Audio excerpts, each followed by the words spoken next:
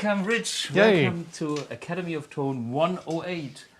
And we played a little, or I played a little mashup.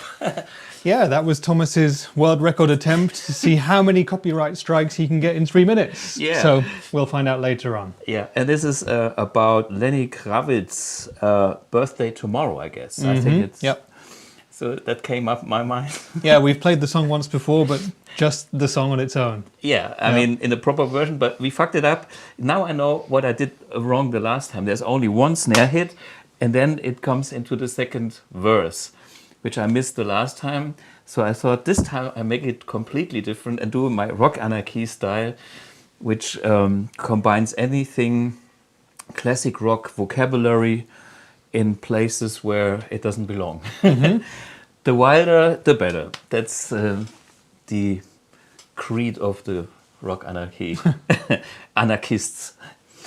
Yeah, so before we dive into what's going on here in this episode and next week, I have to make a little announcement. Hoovy, who was here last week, he answered a few questions on our YouTube channel, because there have been a lot of questions, and for some reason his answers got blocked. You know, the weird things of internet, but now it's fixed. You find the answer store there in case you are missing some answers from Hoovy. So come and see the last live stream and see the comments below and what, you know, is going on there. And another great thing happened to date, the 2,500 people on the AMP1 user group. Yeah, the Facebook group. 2,500, what's the word? Group members. Members, Yeah. members. We're actually members, yeah. Which is great, because you share a lot of your knowledge there. And that's, I think it's very, very cool, because there are experienced users that know actually the answers to questions other people have, because some people are more experienced. Are you experienced? See, this is where it all comes from. Good old Jimmy. And he stole it probably from...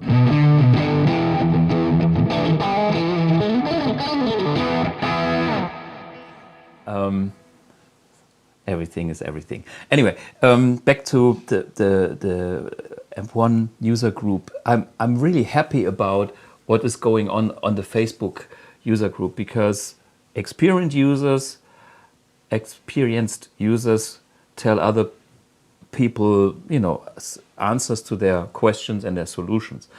And over the last years, we have, this group is growing and the knowledge is growing. And talking about the knowledge, we also have our knowledge base installed. You will find a little post of myself that I just did an hour ago, where we all can find extra knowledge. I mean, it's you guys, your knowledge, but on the knowledge base, you find our official knowledge as well, and it's ever growing. So if there's a new problem that we hear on, our service line or via email, we think about it. Is this something that other people might affect as well, or maybe they have the same question, and then we write an article about it, or do a video, or do a sound sample or sound finder, we call it, if you want to know some inspired settings by whatever, Fender Super Reverb and blah blah blah. So you find a lot of iconic tones on the sound finder, and this is all on the BluGuipedia. So that's the whole team, and the whole BluGuitar world is growing in that way, which is great. So that's the introduction, right? Yeah. And besides that, we are all working towards next week, which will be all of us in America. Some people like you leaving on Saturday already, the rest Monday, and it is NAMM. It's weird, after no NAMM for so long, finally there's NAMM. It's quite a different NAMM. We spoke about that, and but we decided to do NAMM because we want to show the X, AMP X, and we are still preparing things, and we are still working on it, and maybe we should talk about what we're doing now and next week. And so we have booked the flights, the accommodation. We talked about the restaurants. We all the important stuff. Yep. Of course, yeah. A few people that we will meet. Yep, and I see one in the chat already. Sean Pierce Johnson is here. Looking forward to seeing us. Yeah, and maybe we see you at your place and video studio again after NAMM, or not during NAMM, but the week after probably would be cool. Yeah.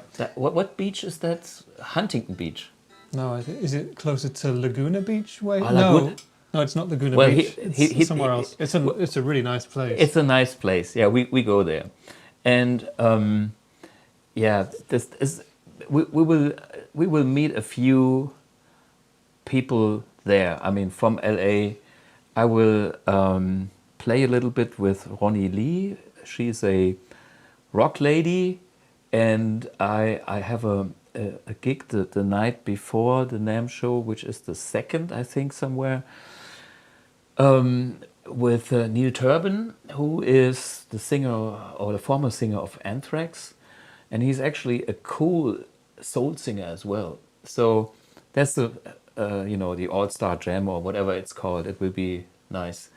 And Larry Mitchell is there too, and he requested me as well. So there will be a lot of nice meeting of people. Yeah, it's very cool. And I think the thing is, it hasn't happened for 2.5 years now, and everyone is now super excited that it is happening. Yeah. Firstly, it is going to be a very different show, of Yeah. course, but it is happening, and there's going to be live music. And Yeah, there's everything kind of seems normal. I mean, here in Germany, I don't know how it is for you guys, but now it's summertime, and all the restrictions are gone, and there is still some COVID here and there, but it's like nothing like it was, and no restrictions like there were. Yep. So we will wear probably our mask in the plane, and that's about it. Yep. And then yeah. We just have to be extra careful now for the next 3 or 4 days that we don't catch COVID right now, because then we have a problem. Then this would be my biggest problem. I will have to do my test on Sunday. You have to do yours On Friday? Friday, yes. It's like 24 hours before you go on the plane.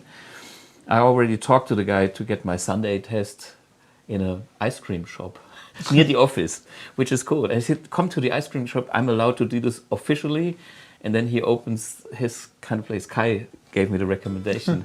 So there's no waiting or anything. It's all well organized.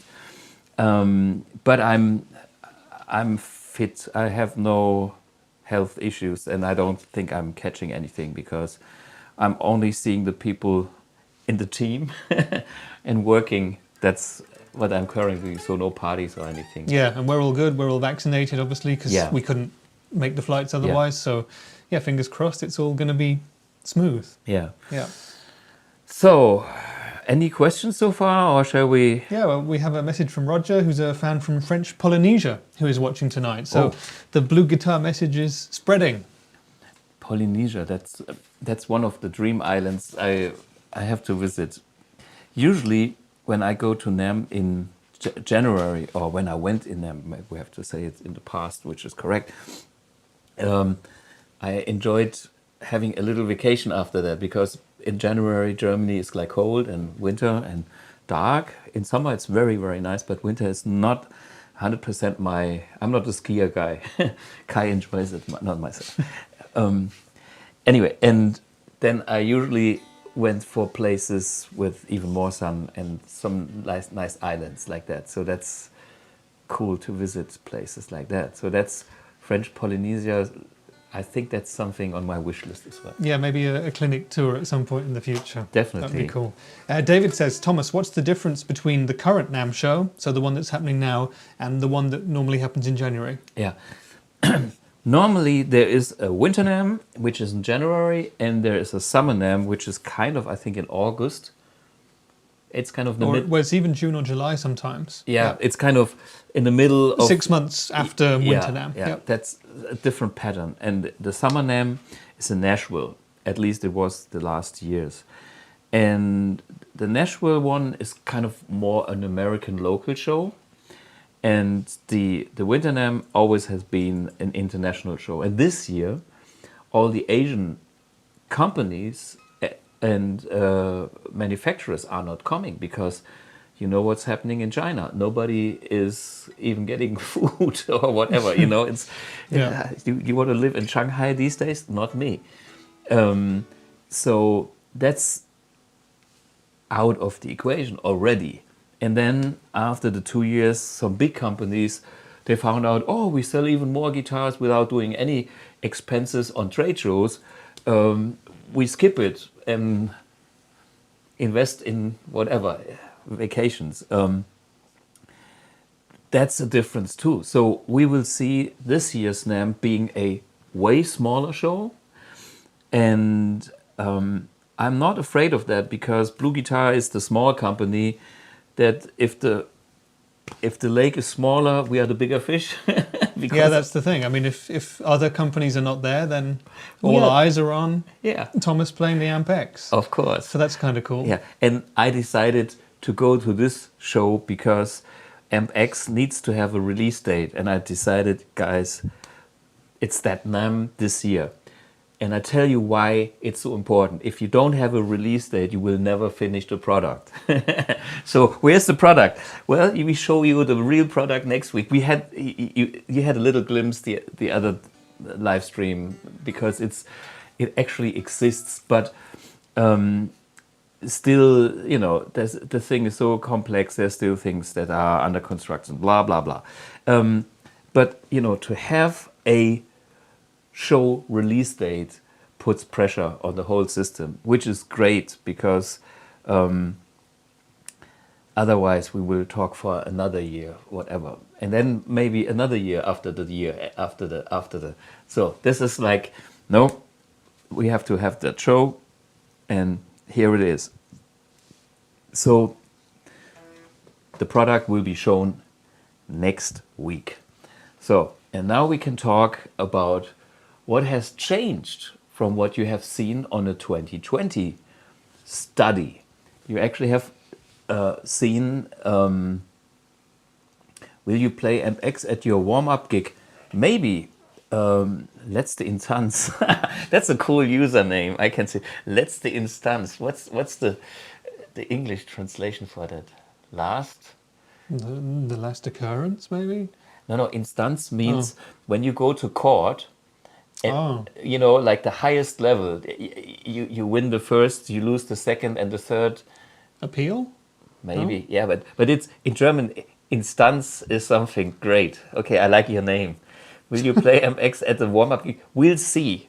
I will definitely play it at a show, and I will definitely play it in next week's live stream, because we have to be appropriate about that. But let me explain what happened from what we had 2 years ago.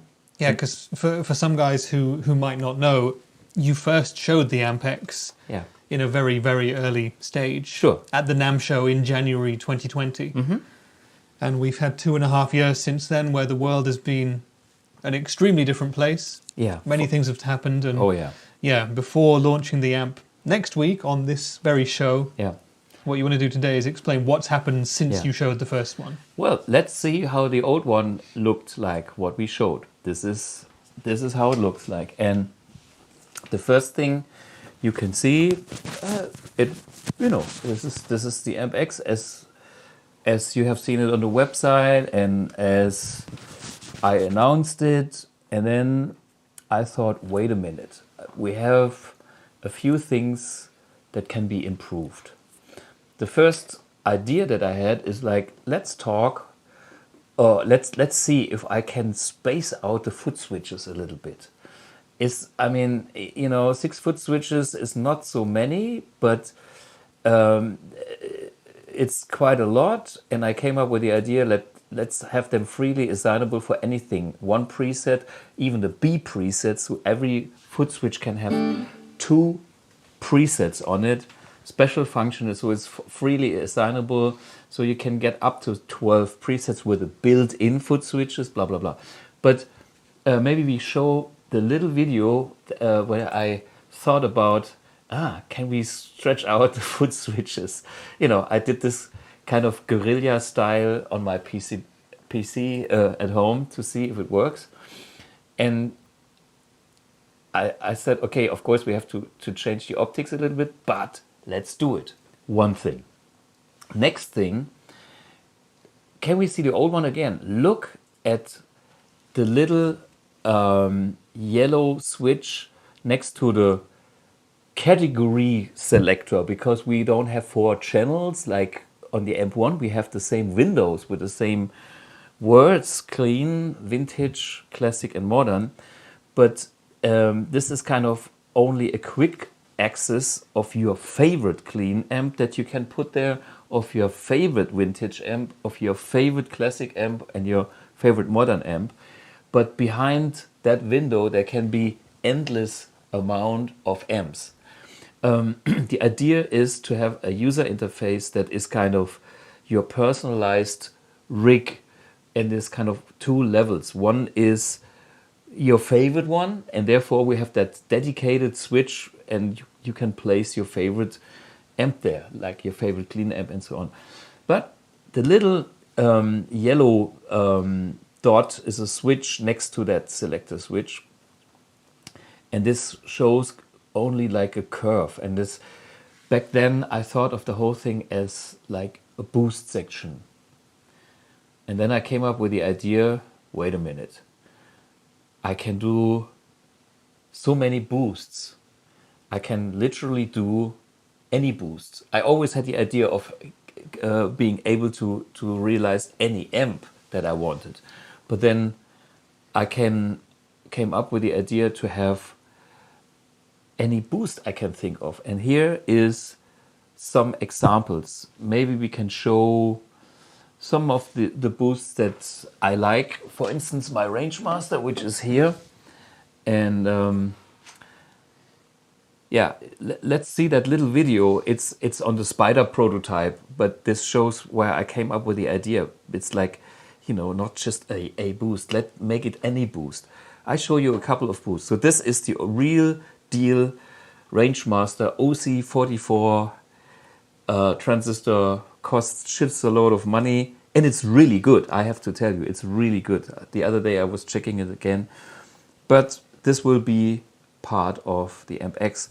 See the setup. There's a TC pedal in the picture, which I just used as a simple EQ, which is part of my circuitry anyhow. This was just a quick check. But see the A-B comparison between the Rangemaster boosts and what's now inside the AMP X. Okay, Rangemaster.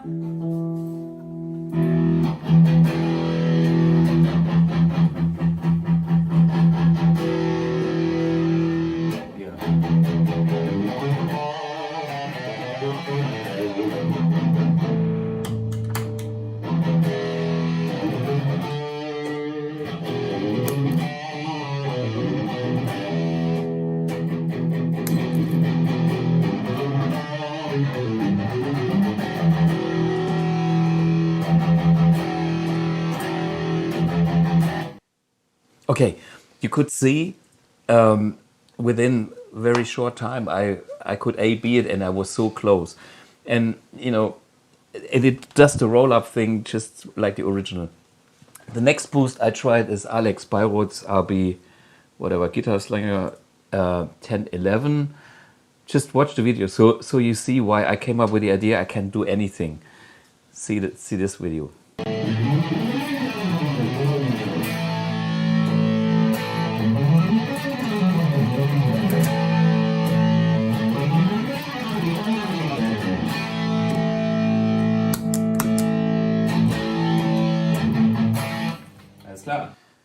Okay, next is the Fire Bottle, one of my favorite boosts, which is actually using a sub-miniature tube as well from the UK, from Effect Road. Killer pedal, yeah, and see the video.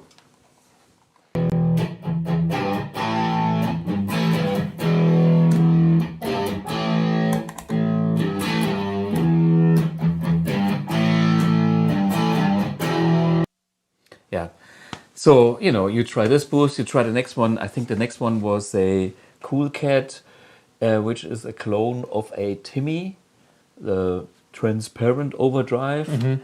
And yeah, let's see that video.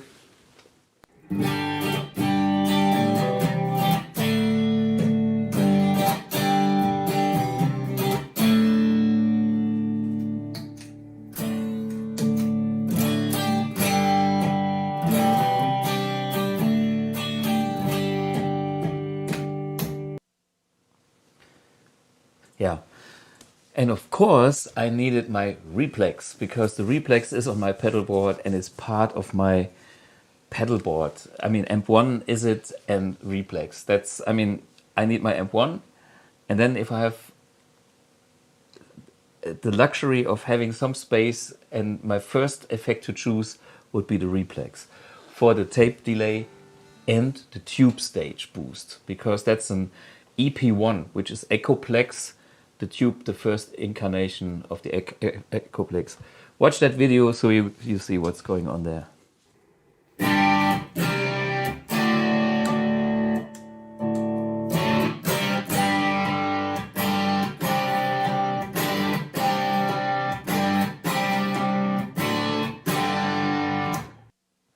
And finally, a homemade boost with some weird transistor, just to see that this is a piece of cake for our boost section.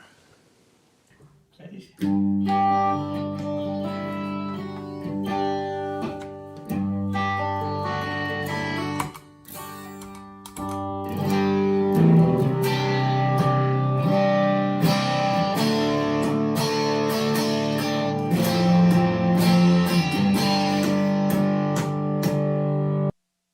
Okay, so when you make this experience that you created a circuitry that can do it all, basically, you come up with the idea and say, okay, I have my knob for boost, but we will do blueprints of each of these boosts and whatever comes to mind. And then you also want to have the, so to speak, original controls for it. Some pedals have that name, some other pedals have a different name, and some have more knobs and some have fewer knobs. The boost pedals have actually 2 knobs, 1 knob, sometimes 4 knobs, whatever. And this, if we look back at the old front panel of the study from 2020, where this windows in on top of the controls, but these were actually simple words that I choose, like whatever, gain, tone, and I was not flexible. But then I thought, okay, we have all these great echo effects and modulation effects and whatever, and some have rate, some have gain, some have drive, some have this, and to be totally flexible, I changed the design and use real little LCD displays instead of those illuminated windows, which were kind of fixed, and be more flexible. And then the whole section became the X control section. And here we can show you the PCB from 2020 and the PCB from 21. On the left side, it's the 2020, and this was a modded one LCD thing, which kind of is in the middle on the right. This is a tiny little LCD display. And this was an experiment, and it was successful, of course. And so we put that into our new PCB, which is the one on the right that you can see there. So on the right, this is the current PCB, which is AMP X. So just to explain, the red stuff on the bottom is foot switches. There can be several colors. There's blue, there's red, there's several types of red, green, and blah blah blah. So there's several colors for the foot switches, and then the middle PCB, there's the bigger LCD display, which you can see, and it's Keith riff, well, without a blank, or Keith blank riff should it be. But anyway, we're just working on the whole stuff. And then you can see that there's a USB socket of the C type. Well, the experts know that. On the old one, there was still... on this was also a small one already. But we started with A, and then we went for C because that has more options. And so this PCB on the right, which is the current version, has 4 displays on top of these 4 controls on the upper control part. So maybe now we can show how the amp looks today. So this is AMP X as it is, and now we can see there's 4 little windows on top of the 4 X controls, because X means it could be this amp, it could be that pedal, it could be this pedal, it could be that effect, and whatever it is indicated like in the big display, and then the lower detail on the smaller display. So that has changed. I mean, it's not a big thing, but we had to move the knobs, we had to move everything. Everything is, it's not easy like that. And then if you're the total expert, you would probably notice that we moved the nanotube a touch. But this is only, if you know it, you see it. If you don't know, you don't see it. But so everything has been tweaked a little bit. Do we actually have a picture of the new rear panel? Maybe, maybe not, because there's another nice little improvement. If not, we save that for next week. Yeah. Any questions at this point? Oh, there's tons of questions. Yeah, the guys are actually having some really interesting discussions about, first, what they think the AMP X is going to cost. I don't know if you want to give information about what you think it's going to cost yet, but they're also talking about what people will think when the AMP X comes out. People who don't necessarily watch this show, who don't really know BluGuitar, what other products will they be comparing the AMP X to? And we've had people mentioning things like the Quad Cortex. We've had people mention the Helix. The Helix, that's not a thing. The Helix, they mentioned. The XFX. I've even seen the Black Spirit by Hughes and Kettner mentioned in the chat. So talk a little bit about that. Yeah. Okay.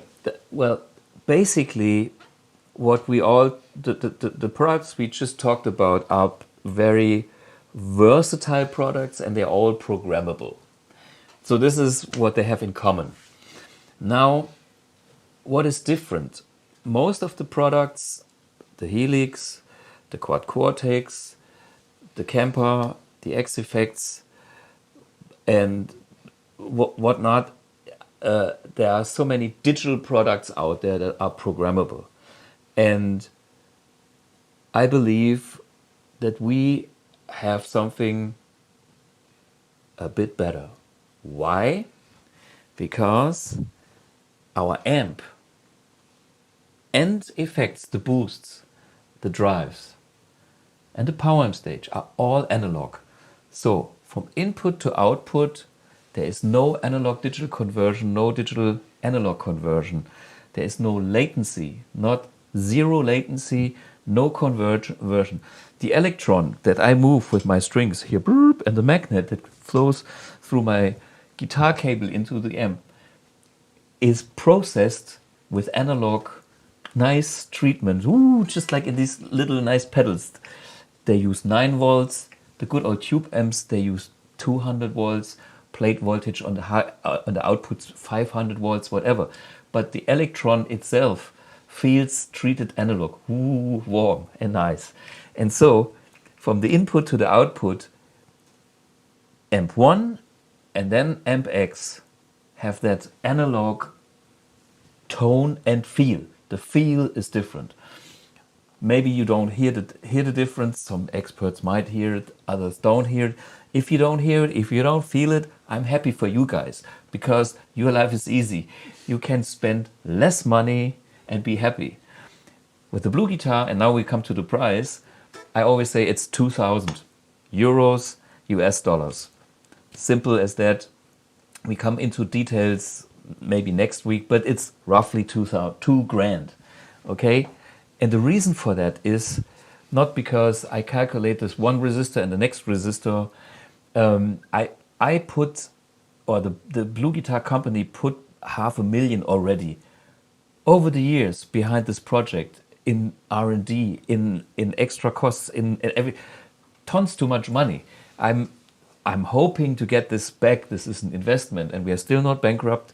But this, all the money that we made from whatever we did, we saved. We are very strict with our artists. We don't give freebies. You know, we put every money that we collected back into this project. And AMP X is ongoing since 5 years. Nobody knew it, but I always, once AMP 1 was out there, I already started with the whole thing. Different incarnation. Now it's that beast that I wanted. Let's compare it to the other products again. So we are flexible. We have kind of similar features in a way. We can make presets. We will have amp types that you will recognize on all these different products and platforms. We will have effects that you will recognize, because this is what the guitar players love. They want their plexi. They want their Blackface, they want their AC30 because that's the electric guitar. And they also want their whatever DD2. On the delay side, it's kind of, some people are a bit more picky than others. But I want my DD2 and I want my Replex. Without it, it's, I miss something. And so for me, the idea of having these effects and amps and speaker, which is part of the speaker simulation there, always with me in one box, this was my dream forever. And this was also the dream that I had back in the Hughes and Kettner days, which inspired the Black Spirit and all that. But here we have it. I think I draw the line to the end. It's like for instance, the example with the boost. We can have a great boost. Sure, we can have another great boost. And then, there's the next great boost and I can't have it. Maybe I discover the greatest boost ever and then my amp is finished. Design. And for me, AMP X is a blank canvas. I can make any boost that I want on that platform. I can make any overdrive pedal that I want. I can make any modulation effect because the power is there. And what I'm so proud of on the analog side as well, we have what's important in the guitar world is the amps being analog, the pedals being analog, and then effects. Some effects are better in the digital domain. I mean, a reverb, analog reverb, of course, yeah. My EMT plate, it's like the size of that studio. I mean, we should actually put it one day here in front of the camera. It would look like a ping pong table. You would see just a big wall of wood, and behind that, it's the thing that is analog that gets a resonance, weird thing. This is not possible. So we have a 16-core DSP, by the way. We had an 8-core when we announced it, and meanwhile we are 16-core. We just took the best chip that we could get with the most power, because bam, once you do it, we do it all the way. And this is the AMP X thing. Yeah, okay, it's kind of we have to have specific things we can talk about. There's a few things that are not possible in our concept, which are possible in the digital world. In the digital world, you have an in and out, and no matter what you want to do, the order of effects and whatever is totally free. In our AMP X, we have an analog order. We also have a digital section. That digital section can be, it's kind of fixed first, but if I wanted, I can swap the order inside the digital domain, and I can have an insert in the analog signal path as well. So I can do tricks here and there. But hey guys, my idea was to offer first the guitarist quality that we want in the real deal feel, tone and feel. That's what I'm doing. And this is what I relate to when I play guitar, or I mean, I did buy all the amps because they mean something to me. Otherwise I could save the fucking money for the whole thing. And I'm not buying the amps because they look cool. Of course they look cool, but it's not about, I don't need to own these amps I'm not Joe Bonamassa. I just bought them because I was so excited about their tone. And I still love my old GTM 45. When was it? Last Friday. We had Cat Dyson here. And the band of Zucchero with some Italian guitar players, and they are doing a world tour. They play Paris, and then the next day Luxembourg, which is not too far from here. So I picked them up. We spent the day and we had some fun, and they played my amps, and then I did some A/B, the usual thing that I like. And then, man, Italian accent. Why is Italia not knowing the M1? Like, the guy Mario he was convinced afterwards. Like, we have, because they still don't. Most people still don't believe it. I mean, you guys know it because you watch the channel, but there's so many guys out there that don't know how good the M1 does the job. And now with the AMP X, I can even get the nuances of specific amps, being it some of my 50 Marshalls. If I have this Marshall, I can also have that Marshall. And I kept these two because I like this one and that one. And with the AMP X, I can do the same thing. I can collect amps inside, all analog. Let's say 99% close, or I can't even think of is there still a difference or not. You have to decide at a certain point. But for me, it's like I put all my fucking knowledge in there, and we took the AMP1 to max out the flexibility. And so I don't see much that wouldn't be possible. I mean, if there was something, I would have put it in there. But at this point, I don't see anything. Yeah. And you've talked about, the analog nature of the amp and the effects and stuff. What about the cabinets and the dynamic IRs? Because we're getting a few questions about how those are going to work. Yeah. And also, have you evolved that much since the original prototype from 2020? Well, see, the whole cabinet simulation thing, which is what we are using here, is the BluBox, which is probably the easiest IR loader on the planet, because it's already loaded with my 16 favorite cabinets, and this is it. When we brought out the BluBox, I always told, we were very early. We were kind of some of the first companies doing that. Back in, I don't even remember, 15, probably 1915. No, this was World War One.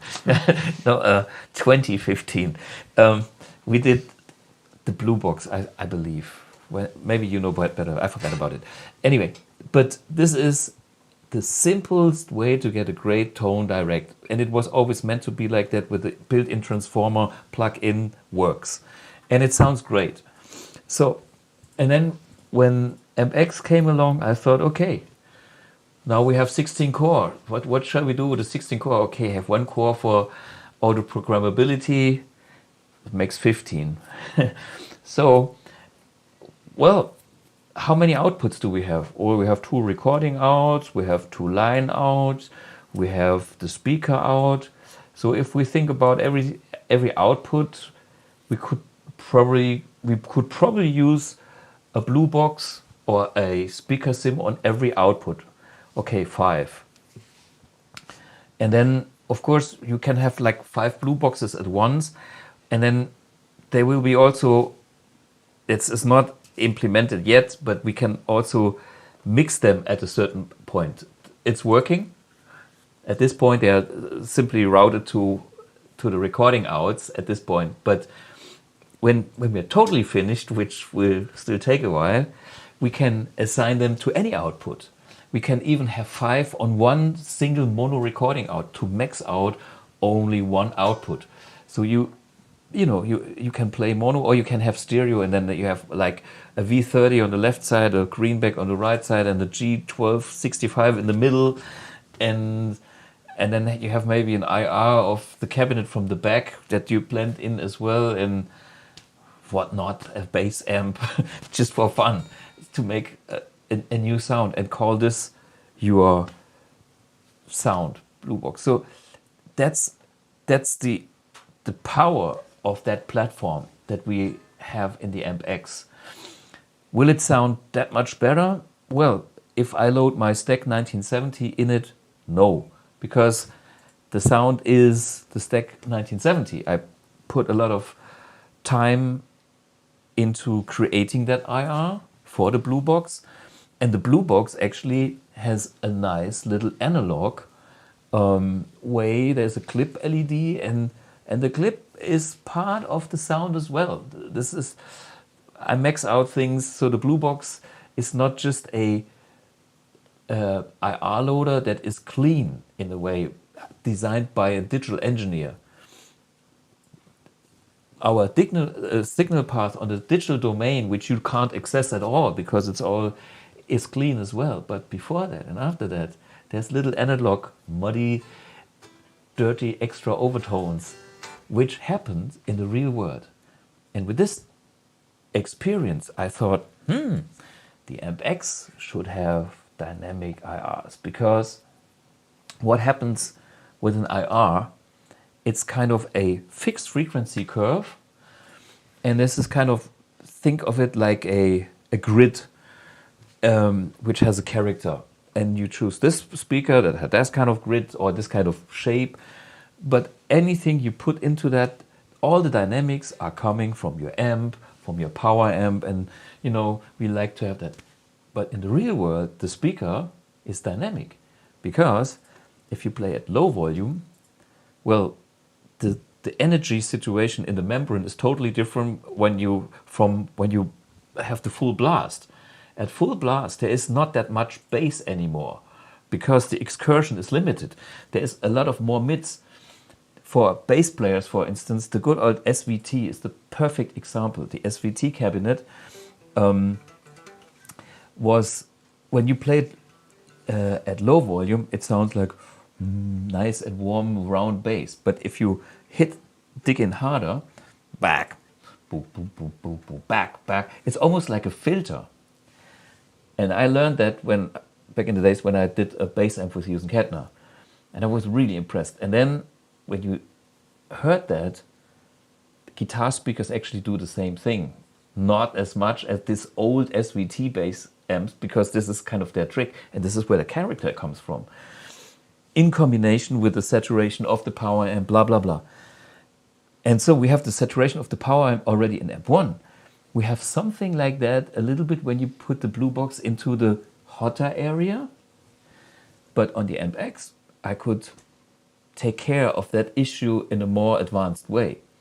So there is some dynamic we will see at the show. But what happens is you play through a studio monitor and it feels even more realistic than the blue box. The blue box is already killer. I mean, as you probably know, all the guys that have a blue box, you plug it in, it makes you think, okay, this is the first time this sounds like a good fat guitar amp in front of me.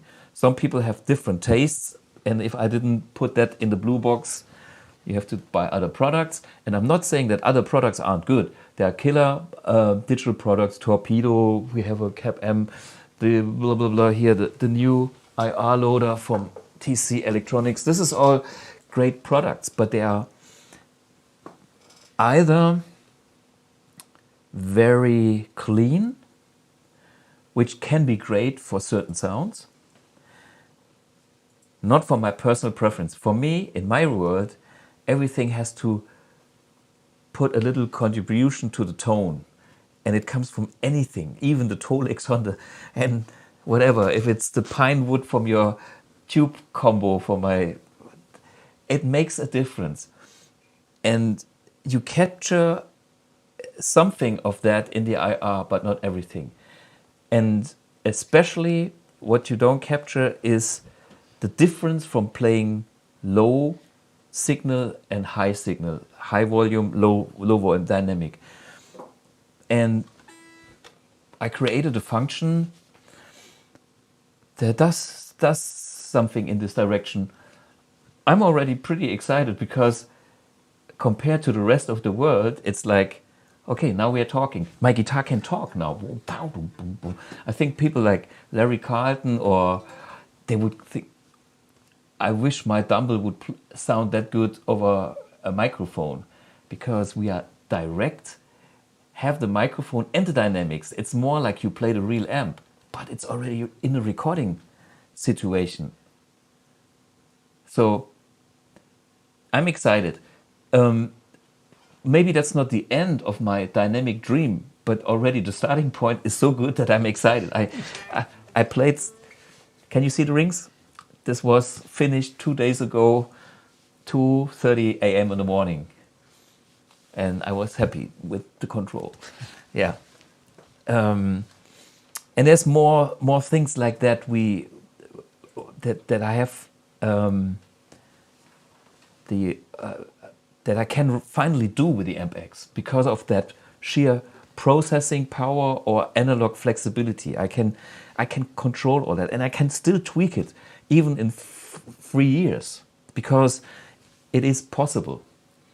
And that's why I'm kind of reluctant to bring the product to the market, because I think, yes, it's working, but it's not,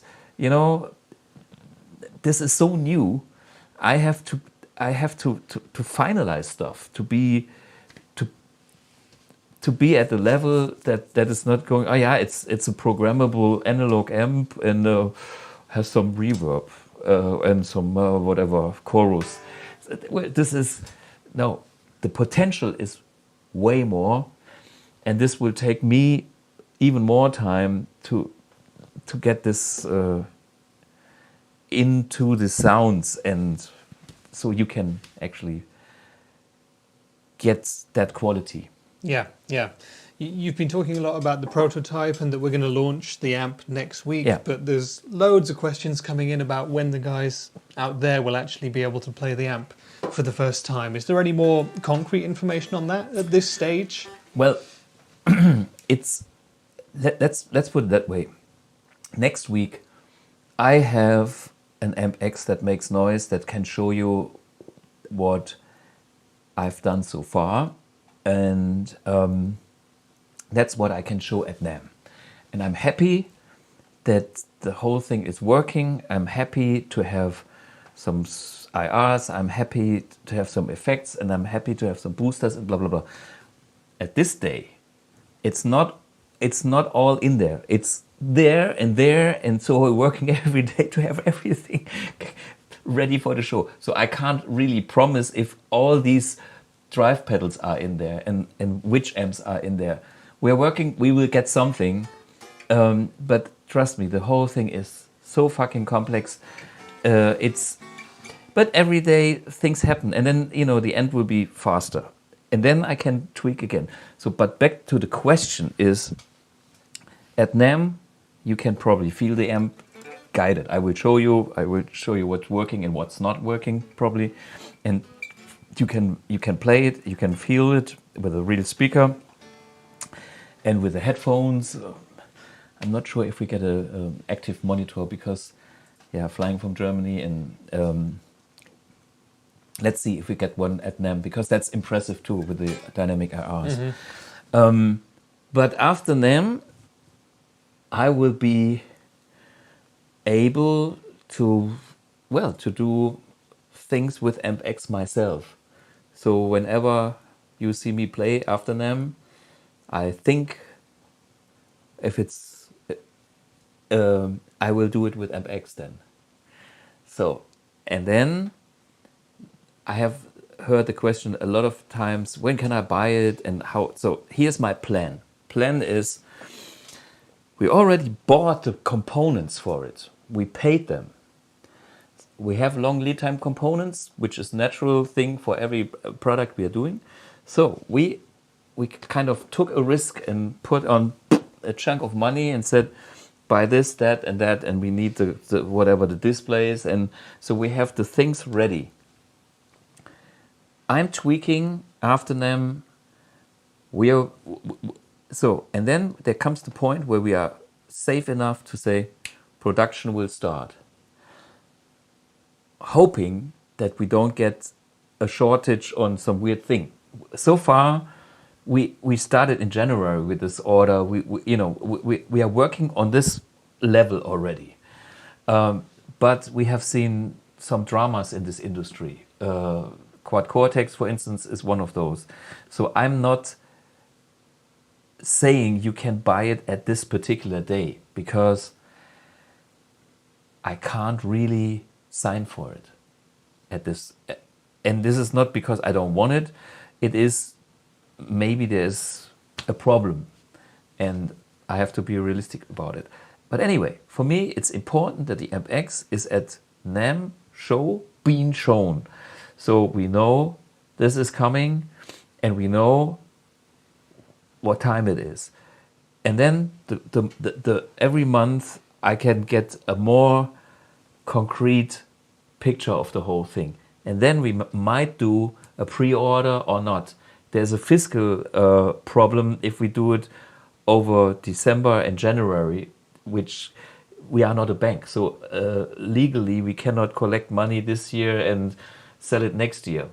So there's so all that stuff we will talk when we are ready to talk about that. And then, yeah. And there's another thing I have to tell you guys is we will start in a circle from Germany, because the first units I have to get feedback from users to be, it's, you know, do you like that kind of function combination? Do you like that? Is it okay? Before we have the release software kind of thing, and make sure everything's in order, and then we go international. So there's a ramp up plan. For us, it's not the traditional I sell shitloads of product and make $1 million thing burst and then bring the next. BluGuitar is a small company, so we start small. We have shown our study. We worked 2 years on it. We will show the working unit. We will work even further. Then we will ship the first ones. Then we will make it international.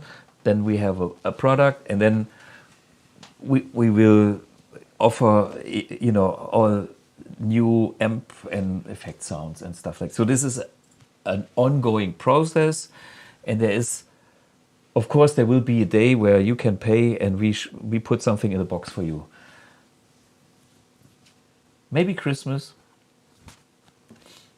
I'm working towards that. Yeah. But there might be 1 or 2 units around, and then 4 or 5. So, and then a few more. But this is kind of that initial phase before we have the official sales launch. So we are now launching a product, and then we do the sales kind of thing. Sorry guys, it is how it is. I personally wanted the whole thing last year, but it doesn't matter if I asked my guys to work harder or longer.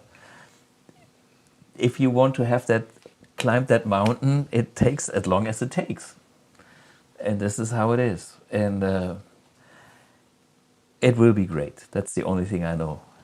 I'm so excited. Hey, just to explain that one, we have a video about, I think I did a little snippet video with the AC30 sound the other day with the AMP X power amp stage, doing something class A, feel like. Maybe we see that, so you know, it's not just a modeler with a class D power amp.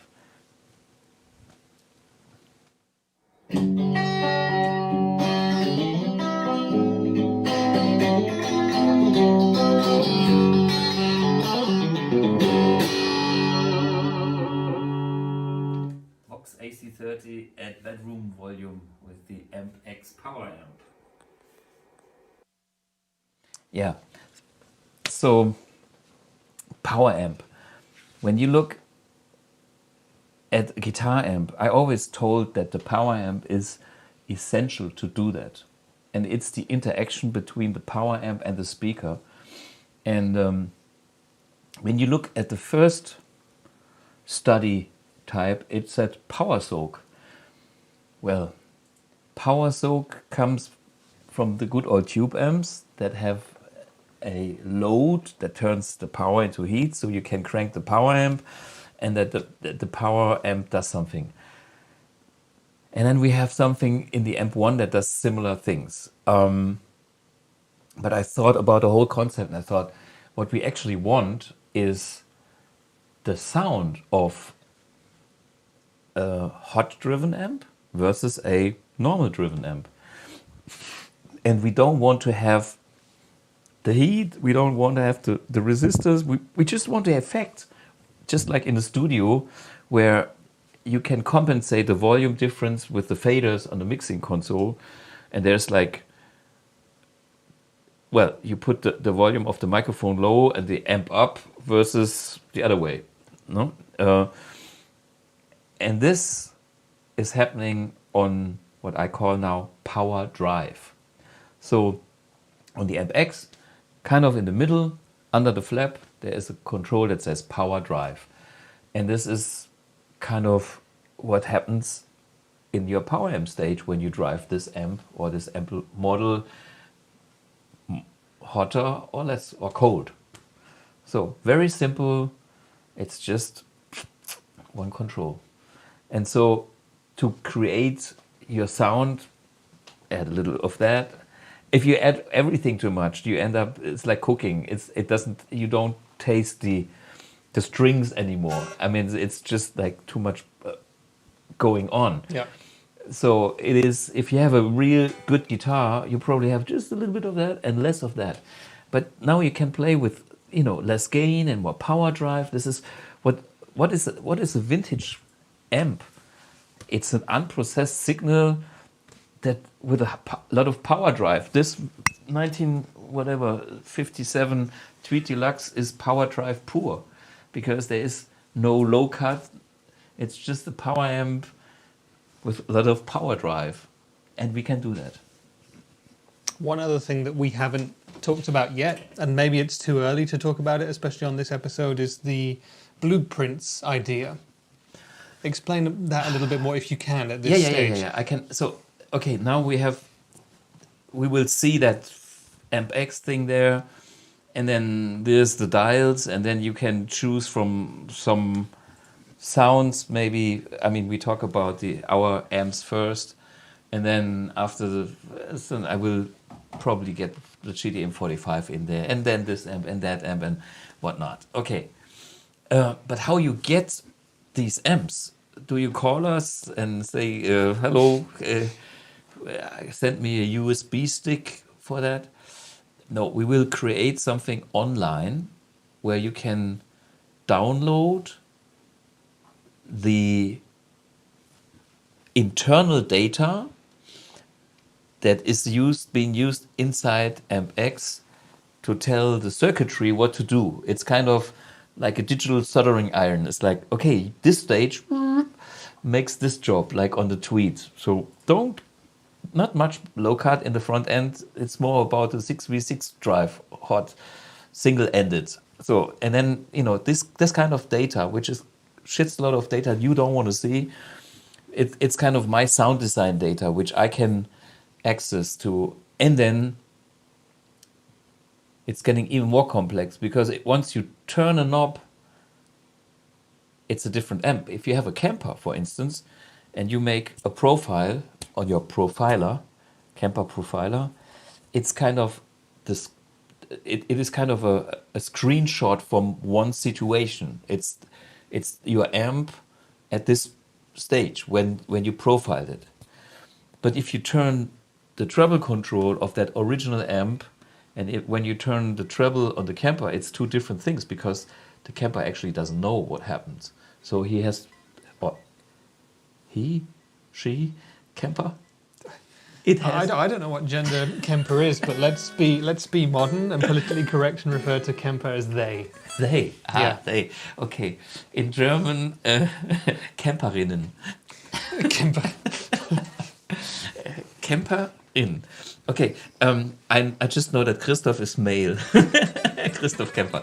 Anyway, so a Kemper works in a different way. A Kemper has can make this kind of screenshot, and then there's a dynamic overdrive, whatever model behind it, and then with all these bursts, they try to get a curve that's doing what the original amp is doing. In my opinion, sometimes a bit closer, depending on the amp, and sometimes not that close. Because when you shoot in from one side only, and it goes around the corner, the bullet gets stuck there. And this is where my fun starts. But if you have like some metal sounds, for instance, they are great on campers, blah blah blah. So I'm not saying these products aren't any good. I'm just saying they are great because they can capture one specific amp at a time, and it's groundbreaking, blah blah blah. High respect. What I'm doing is something different, all analog, and my job is kind of make tons of screenshots, and then with my ears also, because I learned measuring alone is not the truth. And I use measuring methods a lot, but in the end, it's like, wait a minute, is this, it's like taking a picture. You take a picture of this, but two eyes see more than one eye, and then there's some other senses going on because the humans feel it in a way. And that's my job. When I listen to amps, I hear more than just the frequency, the dynamic, and the distortion curve, because it's several stages. It's a three-dimensional, four-dimensional thing even. So what we are doing is we have all these kind of screenshots, and then we combine them. But with the neural analog technology, we have like a brain, which is kind of one of our cores, that connects all the pictures and gets the things happening, what are happening on the original amp when you turn the dial. And that's sometimes really complex, sometimes not so complex. And this is things that I will find out, which I've already found out some, but if I do certain amps, maybe my first attempt will be shit. I have to be honest. And so, I can't really tell now if my version 1 is killing it. I just know that my platform is able to do all that, and that some of the amps that I tried as a test dummy for myself, as a proof of concept what I'm doing, is doing it, like the boosters. But just imagine if you had a boost pedal that can do any boost. Doesn't exist on this planet. We have that. Just imagine you would have a drive pedal that can do any drive. And analog. We are not talking digital. Digital technology can do that, but there are the obstacles of digital technology. So I'm always saying, latency, and maybe something is missing because of what digital is.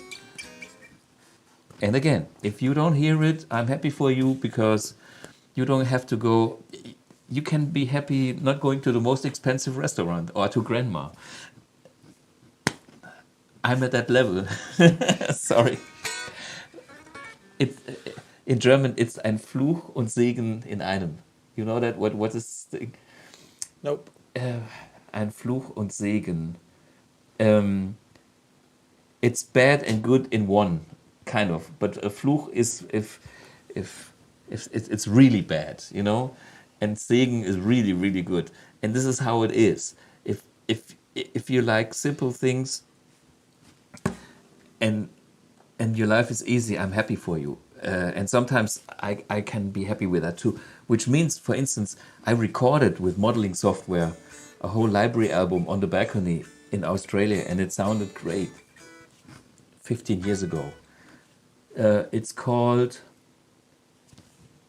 White Strap Magic. I think it's from that album. Did I? Yeah, I think this is all plugins. It's all also plugins of my amp, which I've done with Cubase, where my name is on the list of Cubase. Open Cubase, and some of the amps are in there as model. Not bad, but AMP X is, blah blah blah. Spell Fluch. Fluch.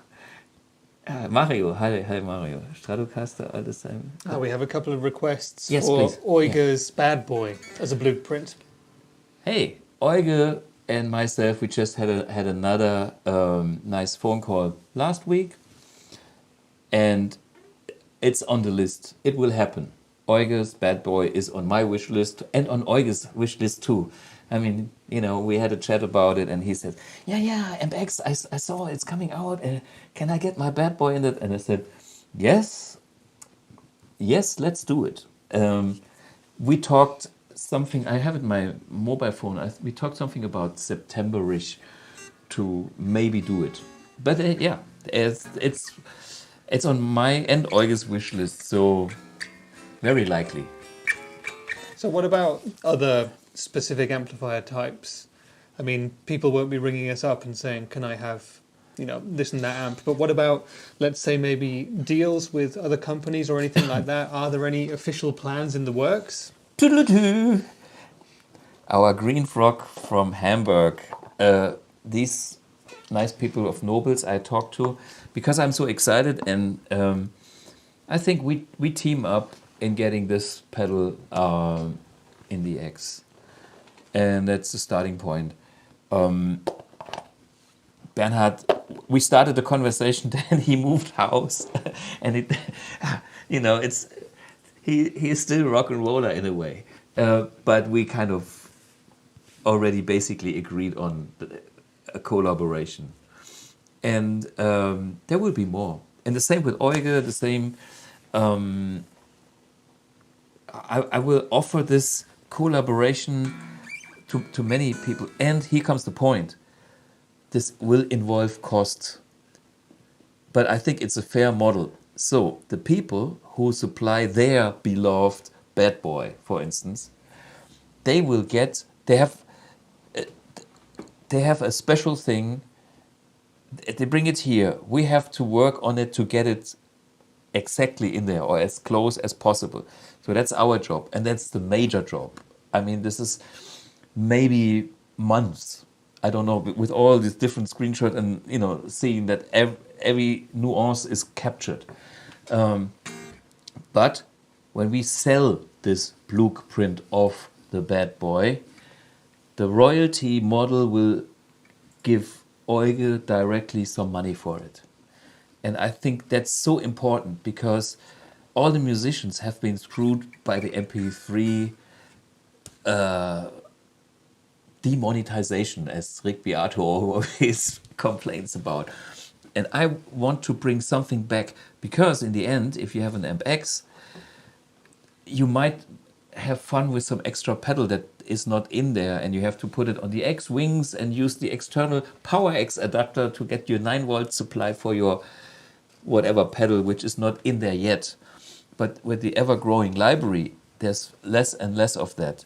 And I want to get unique companies, artists, collaborators on board.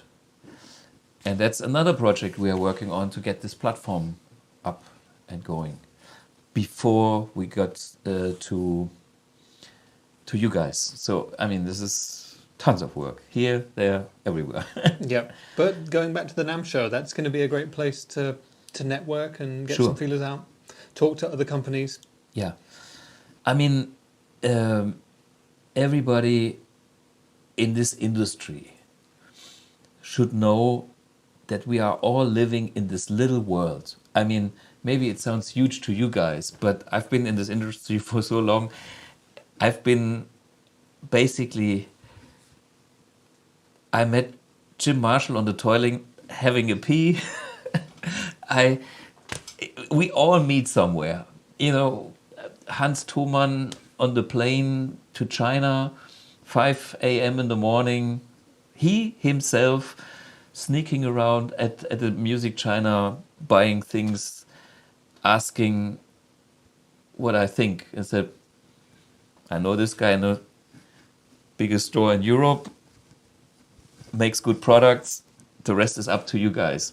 Okay, or don't do it. Whatever. This industry is so, for me, the musician spirit in the industry is there, and I can share this with so many people in the industry. And therefore, I don't want to kill anyone out there. Everybody has its own unique place there and does something special. So if there's somebody that designs a pedal like this, for instance, I would recommend that pedal because I like it, and this is why I bought it. I paid for it. So, and if I put that into the AMP X, I will talk to the guys and say, will you be part of that thing? Then let's promote it. You tell people you can get that pedal in that amp, and I want those designers to be happy. If they think it's not good, don't do it. And nobody will get rich anyhow out of this. It's just to be fair, so it's not like I make the money of other people's whatever intellectual properties or stuff like that. There's some common ground, and sorry guys, we will probably go after the big companies because they have the money, and I'm not sure if Fender will collaborate with BluGuitar. If you watch this, maybe we can talk. But I think they will have conditions that will simply kill me as the small fish. But I think in this industry we have like 10 big fish, and there's a bit of middle ground, and there's a lot of smaller fish. I belong to the small fish companies, and I will be happy to stay there. And with all these people on that level, we can collaborate, and we can make, we can make our thing, and kind of have to protect ourselves versus to against the super big ones. And maybe some of them will shrink, and then they will be nice. If not, we have to be careful because they have lawyers, sharks. I had some pages. Anyway, different story. Yes, indeed. Did you think at all about, you talked about the money behind blueprints. Have we thought about Prices? What costs could be, pricing for those? Well, it's hard to tell at this point. Actually, I would rather do a blueprint of the bad boy to see how much work it is, and then come up with something that is fair.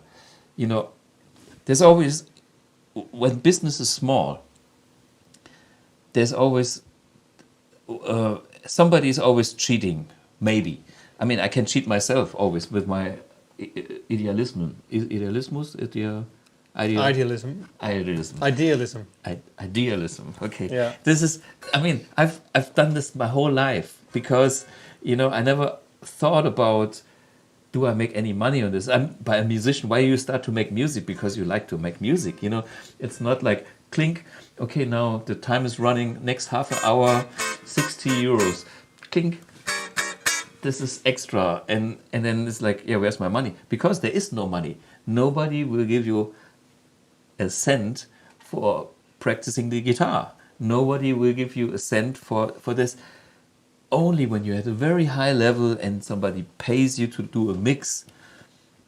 Well, these days it's even exceptions that get money for that. Back in the 90s, there were people like Dirk Decker, who I brought to Kettner back in the days, who was a guy that worked at a recording studio, being a sound engineer, making a living from doing that, moving faders, listening, doing edits and stuff like that.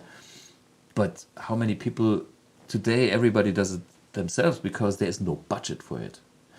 And so how to come up with a fair price, it is like, how much time will it cost for us? And in kind of that it needs a certain ratio for the artist. We will see, and I try to be fair. I cannot cheat the company because then we go bankrupt, and then the whole thing is over. We can all dream about AMP X, but when there's no money, I have to do something else. So that's the one end that I can hit. On the other hand, is like if I ask too much money, nobody will buy it. It's like, this is the AMP X 2000, and this is the bad boy 2500. Bing! Everybody goes, no. Understandable, So that says that's the other end of the spectrum, and then we come up with something reasonable. And of course, it makes sense. It depends also on how many things we will sell. So it's an investment for us. At the beginning, nobody will make money. I mean, we will charge you money, but this is to recoup the costs. So there's 0.5 million debt already here without having anything sold, you know? Yeah, anyway. Yeah. I could make a bad joke, but I don't. No, you definitely shouldn't do that. A couple of random questions about physical formatting. Will we make a Daphne Blue version of the AMP X? And what about an amp head version of it for people who don't want a pedal board version of the amp? Or a rack version, maybe? Guess what? I thought of everything, but before... Did you really think about a Daphne Blue version of the AMP X? I don't think you did. No, the Daphne Blue is something that I did, but the rack version, of course, I thought about it. I thought of other things as well. And here, maybe we can show something about what I thought of, which is the extension foot switches. So you see there are more thoughts in my head. Ta-da! Don't order this because it doesn't exist yet. But the AMP X is constructed in a way that it is possible to have a future extension foot switch. So the mechanical preparations are already done for that. And for the remote 1 or X, which is next on the list as well. So you can have more foot switches from BluGuitar. In theory, so this thing here exists, and I thought about that. So painted Daphne Blue, I tell you what I would do. I would do the same thing what I have done with my prototypes. You know, there's very great people that paint cars, and this is where you should go, and you bring your AMP1 or whatever, and then have it in a different color. By the way, I've done this with an AMP1 with the blue and yellow to make it Ukraine-like. And the guy who paints it is Ukrainian as well. So the job was easy. In your office is a flag. This is what it looks like. When is it finished? Oh, I don't know. I said, how long you want to have the war lasting? I said, okay, it's finished by tomorrow, 12. Come pick it up. Anyway, these kind of people, they are professionals on the color. And I use this guy also for the prototypes. They have beautiful colors because all the colors in the music industry come from car colors. Yep. And the color that's being used on the AMP X is very much inspired by a Fiat color. I had all this space gray kind of apple thing in my head, but the apple is a little bit too reddish in a way. And then I looked with my Ukrainian color, Mr. Bass. His real last name is Bass. Is unbelievable. Yeah. Anyway, how much bass? So, and he will be looking through the color charts and say, BMW, oh, it's pretty stylish. Fiat looks cool. So we took that color. Mm-hmm. And then this became kind of our choice. And these people make you any color. But this is something, small company, this kind of thing, you can waste a lot of money on it. And it's like we have to focus. That's our reality. Little team and a job like an AMP X means we have to do so much things. And therefore, if we make too many little special versions for my friend XYZ, we will never finish anything. Yep. So that's why. And by the way, this is why I came up with the idea of the AMP X in general, because that is a platform where I can actually do this, even in 5 years' time. If somebody has an AMP X and just forward 5 years later, and we have a bunch of models, and then somebody comes and says, yeah, can you tweak your 60, whatever, GTM 45 from 65 a touch more? I would love to have blah, blah, blah. I just do it, send him the software and say, 5 minutes, pay me a beer, or whatever, you know. So I have the option. And that's part of the concept of AMP X, why I came up with the idea to have something that makes this possible in the modern world without seeing people even. In the old days, you had to come with this amp into the workshop or workbench, dismantle everything, get the soldering iron out and change the whatever capacitor on the third valve stage, listen to this, listen to that, back, reassemble the whole thing. So in the future, I can do things like that with my laptop. Compile the software, email it, and somebody might be happy. Yeah. And the thing is, it's sort of an ever-expanding collection of all of these things. Yeah, and I don't know where it will end, because I can use these old amps as a starting point and then tweak them. It's just like old school Marshall tweaking on my software thing. You know what? We make that a little tighter here, but now I'm missing something. Well, we get it from here. And that will make things possible that,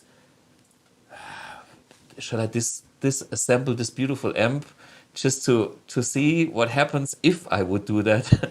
In the AMP X, it's just a few tweaks and then work with it and see what happens. Or even come up with something completely new. The tightest amp ever. It will sound like crap, I know already, but it's like we can do it, you know? Yeah. Or the ultra muddy amp of the, you know, it's so muddy you can't hear anything. What about, we've talked about the amps, the options there, the possibilities for the future. What about with effects? Because we've been getting questions about different kind of, let's say, niche specific effects, like, you know, more advanced reverb algorithms or big stereo delays or stuff like polyphonic octave generator effects. What's the deal with stuff like that? Okay, we will start with the fundamental spring reverb and hall reverb and a nice reverb. I heard that reverb. It's, you know, amp one style is and better.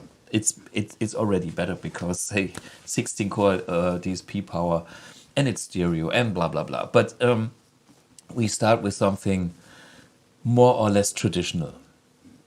Then we have the option to go there. One thing I always told people is I want to have my personal ingredients there so I can really leave my pedal board at home, which means that the tape delay, the replex is in there.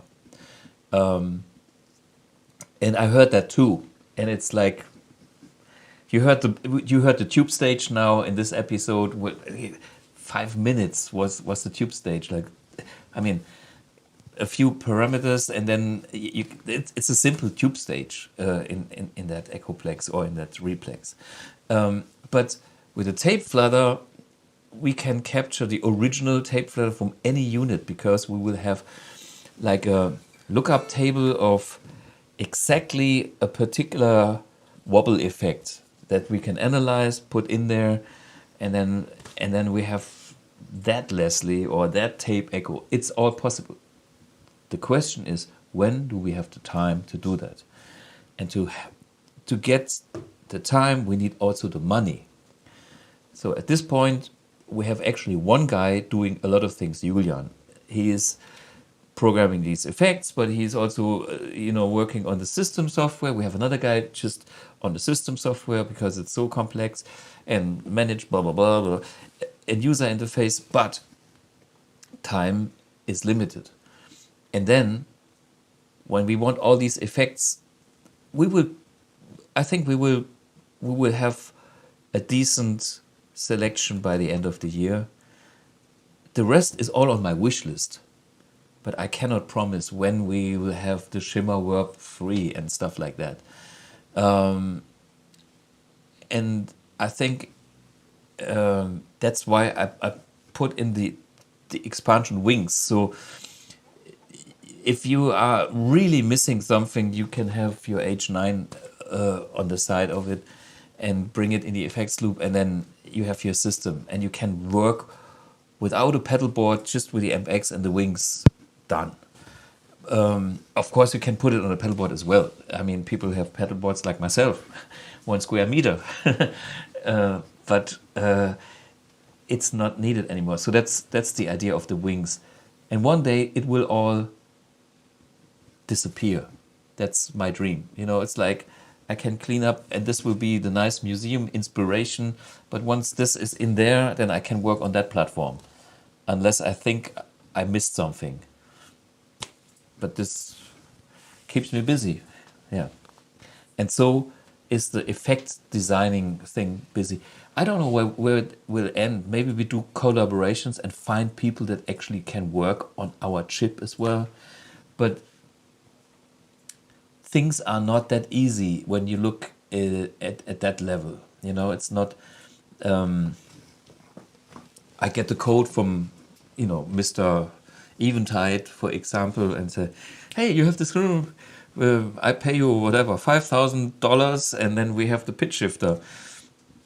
It's not that easy because they have a different processor, and I'm not the digital guy, but they talk different languages, you know, C++ and what I hear Chinese, weird programming things.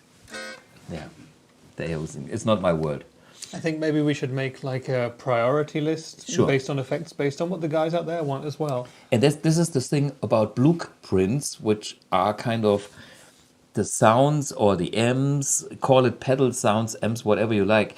But of course, I want to create the product that you like. So we will make a top 10 list, and we will put that actually on the side as well, just like your wish list. And then when we see everybody wants the bad boy, we give this a priority. If the bad boy is the only amp the world needs, well, we put it in the AMP X, because Marshall can't do the bad boy. They tried, but it's a unique GCM 800. It's that GCM 800. I mean, I talk with Euge, and Euge says, yeah, I have this other one, and I have this one, but nothing is like the bad boy. So my job is to get a consistent, almost copy of that amp inside that X. And that's, when you think about the whole thing, that's weird, because we do something analog with a high precision and a high precision control that should be able to capture an original analog amp that in their serial production they are not able to get exactly the same thing. There are lots of great 800s out there. We had some here with Ollie, the white one. I remember when Lucas was here the first time for the live stream, we had Ollie here with the white one, and Ollie on the phone said, yeah, I mean, this is a super thing. And I was on my M1 here doing the A/B test, and then at a certain point I just totally nailed it. It's like, because I love the 800s, and this is already pretty close. But as we all learned from Euge, the Iridium is the closest thing to his bad boy, even closer than some Marshalls. But the bad boy has still this little extra. And this is what September, you know, that's my challenge for September. And then this will be reproduced on our AMP X in such a consistent way that you can be sure that we capture the magic and it comes out there. Because modern analog technology with our design has lots less tolerance than the characterful mess of the past. Sorry guys, but I mean, the Marshalls are so great because it's about their tolerances. It's that tube from that lot with that transformer from that, and the guys back in the days, they didn't care. Jim Marshall, hey, what's delivery? 5 o'clock, 10 more amps. What's there? Oh, it doesn't matter. Boom, boom, boom. And just by accident, he created killer versions, you know, that became bad boys. So, and we don't know what's in the bad boy, but we will have a very close look at it, and we will find out, and we will. I mean, I could show how close we get with this, and I think with AMP X we get even closer. So yeah. That's the thing. But talking about things that have happened, like the bad boy, like amps like that, these things appeared out of coincidence and sometimes even out of mistakes. So to twist that round slightly, has there been anything in the past 2 years that you haven't been able to do with the AMP X? Or anything that's gone wrong, or anything that you wanted to do but haven't been able to? I tell you, the joke of this week, I mean, it's hilarious. You guys should all know it. We have the best and the most clever ideas, and AMP X has sockets. When you look at the rear panel, can you show the new rear panel, and the old doesn't matter, but look at the rear panel. So, which is the lower thing. So, we could make this a search and find the mistake riddle. One thing I'm a little bit proud of, on the right hand side you see the BluGuitar logo illuminated. Okay, so when this thing is on stage, people will see a little globby of from the end of the hall that tells you it's a BluGuitar product. Anyway, and then there's a few, 1/4-inch sockets. Some of them are stereo. Blah blah blah. There is a 7-pole MIDI multi-socket that will one day also get an adapter for your power outlet, that 9 volts 500 milliamperes, for the guys who want to know. Then there's the fan, there's the speaker out, and the mains. And then you see those beautiful XLR 1/4-inch jacks for the main out. We call it main out because they can be used for like anything, for recording or whatever you want. And here's the question of the day: what's wrong? I found out the hard way, because I plugged it in and I thought, Scheiße, female, male. These combination sockets, they don't exist in the way they exist on the blue box. So these, you get it? Anyone gets it? Wait a minute. Looks like nobody gets it. Yeah. Can you give me the blue box? Yeah. Okay, I have to show you. I mean, this is so hilarious. We found out last minute. It's so stupid that even I couldn't think of it. It's so damn stupid. You see this box? Okay, can you show the rear of the AMP X again? XLR, look at the XLR outs. Ta-da! Maybe you get it. Oh yes.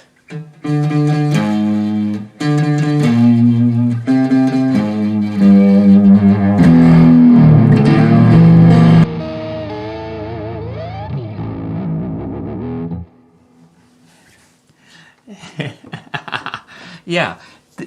So these are XLR input jacks. Fantastic. If somebody knows some XLR output jacks, we're talking male, I would buy them immediately. But I couldn't find any male combination jacks. Yeah. Yeah, it's weird. So no, they are outputs. So we have to, well, and here, okay, here's where we are now, and what's probably what we have to do is maybe we have to bring in adapters, which I think is a good solution for the issue, because this combination, we don't have the room for any other sockets. It's simply not possible. And the combination of 1/4-inch and XLR is, I think, also very useful, because when you look at the blue box, we have a line out and we have a microphone level out. And that's the same thing here on the X with the transformer balanced XLR, which should be output but is input socket. So therefore we have to bring in some adapters. What? Somebody says Stratocaster better than Mistake than with power 230. Well, Jack socket bin was? Bin labels. Cable labels? Jack socket. I'm the adapter solution friend at this point.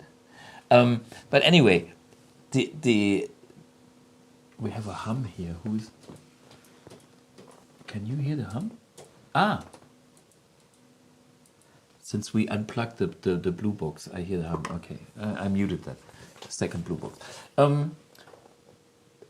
Hey, this is something last minute. You know, it's like you put everything together and think, okay, now let's implement our blue box and check it out, and you plug in a. What's that? The thing is, the AMP X has line level on the quarter inch, and it has microphone level, transformer balanced real transformer on the XLR. And I don't want to miss one or the other. So therefore, this is what it is. MIDI has 7 pin. Usually there's 5. Yes. So if you have a 5 pin plug, it will fit. The extra holes is for phantom power. And this phantom power is where we have our adapter. Or we can have some products that can handle this power. So fuse is not an issue because we have internal fuses, by the way. And the comment about a 230 and 120 AMP X is again universal power. And this time, because it is so compact, when we plug it in the US, we will hear a little click at the beginning because it's intelligent. There's a switch that the amp itself switches. Amp 1 is designed in a different way. Therefore, we need bigger L caps to be able to blah, blah, blah. Anyway, in AMP X is so optimized that we have an intelligent power supply that recognizes the voltage and switches to that and then goes in that range. Exciting. It works. We have tried. So there's no surprise next week. The SebDav says, would it be nice with MIDI in for external control? Yeah, we have that. We have 2 like control sockets, and one of them is like our AMP1 foot switch socket that can be used for our MIDI 1 adapter, and then there's your MIDI in.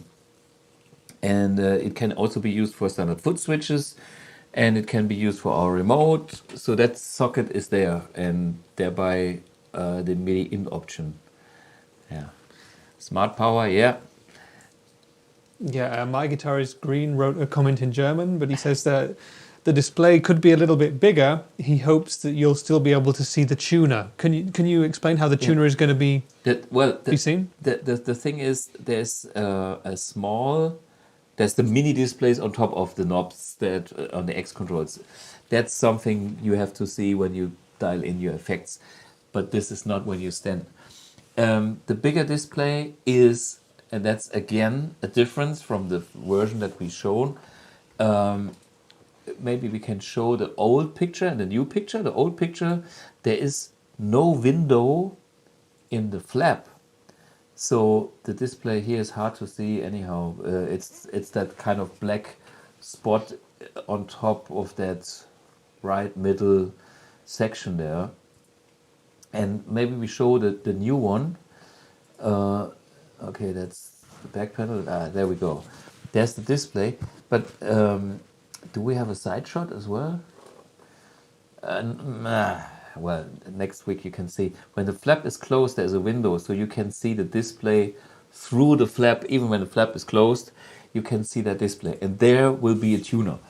So, that's another topic. I was working on all the fonts and the kind of, what you call it, design of the tuner. What kind of things you will see, the elements, the graphic elements. So, and this little boy here is what I like, and that's about the size of what we have in AMP X. AMP X is a little bit bigger than this, but put it in simple words, my design is a bit like that, but it's different, and it works. In the end, it's about, you have to know if you're flat or if you are flat or sharp in this direction, and then you have to see where it's actually meeting the point. And if you use this with the right graphics, you can see it works for me. Well, we have rack mount tuners with that size from Korg, I guess. You can feel free to have one of those, but yeah, I think that's okay. The point again is AMP X is a lot of analog with some digital. If you take a quad cortex, for instance, you have lots of display with processing power, but the analog thing is missing. And there are things that can be really annoying. Now I put a little bugging on the quad cortex. Try to do a wah-wah with this. It feels like not connected. Period. And this is, we are totally analog and we are as fast. This is what I'm after. It's like the analog feel. Of course, they have a great display, but who cares if I can't use the wah? Maybe you can't use the tuner, but then we can have another, additional product for the extra glasses, the tuner glasses. Yeah. Anyway, I was actually at a point where I thought maybe have a magnifying glass in the flap to make it wider. I experimented with that, but the distance from the tuner and the flap is like that when the flap is closed, and the magnifying glass makes it a touch wider. In the end, I could see enough without it. Yeah. So it will work, but of course there will still be things to be criticized in a way. And this is, I don't want to have this big and have this wide tuner. If you saved so much real estate with the AMP X, you can afford to have a 19-inch rack mount tuner for you. And your guitar will be... But the problem is, the guitar is perfectly in tune, like this.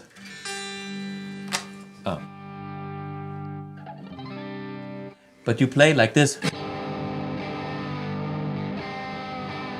tuner doesn't help. I mean, you can give a guitar that is totally out of tune to Jeff Beck and he will still play it. I can prove it, okay? This is proof.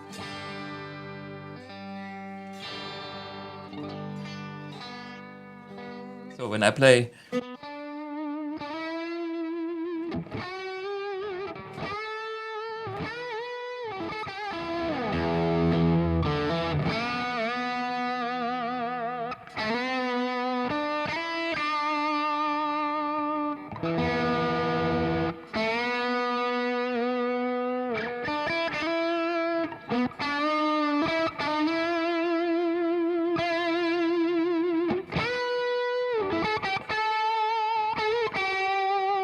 This is the truth. Yeah.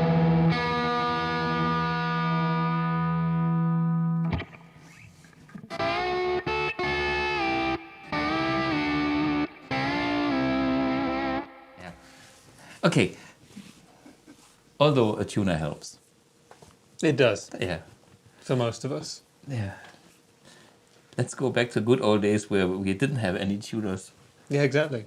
There were actually a couple of other questions about the tuner, believe it or not. Max K says, does AMP X do polytune mode? Not at this point, but being a fan of this little gentleman here, I wish we could do this too one day. I mean, this is... Yeah. Not at the beginning, but let's see. Yeah. It's on my wish list as well. Yeah. And Hardy says, how exact will the tuner be? You know, tuner can be super exact. That's not the point. But as I showed right now, have you seen the frets from the Swedish guy where it all goes like spaghetti on where this goes always down because the G string is always sharp? You can compensate that kind of das wohltemperierte Gitarreninstrument versus the wohltemperierte Klavier by Bach, some old guy from 1600. Don't get me wrong. I'm Kulturbanause. Anyway, so I believe the tuner is as accurate as one of these. That's not the point. In the end, all these tuner things, there's a limit to it, and it's more in the overtones. And if you have it perfectly for the E chord, you play G chord, and it's not perfect anymore. I mean, every session guitarist knows that, and it's different from guitar to guitar. Les Pauls are tricky on the G string as well. Yeah, things like that. So accuracy, yes. In theory, it's very important, and it can be done with,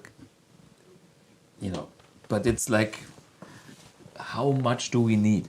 I can tweak that. The data is there, and then I haven't implemented it, but it's like we can do it on 1%. But then there's a trade-off of if it's kind of getting too nervous, it's like woo, and then like you try to find where's the note at all, and I will do something similar to this because I can advertise this. I like that tuner.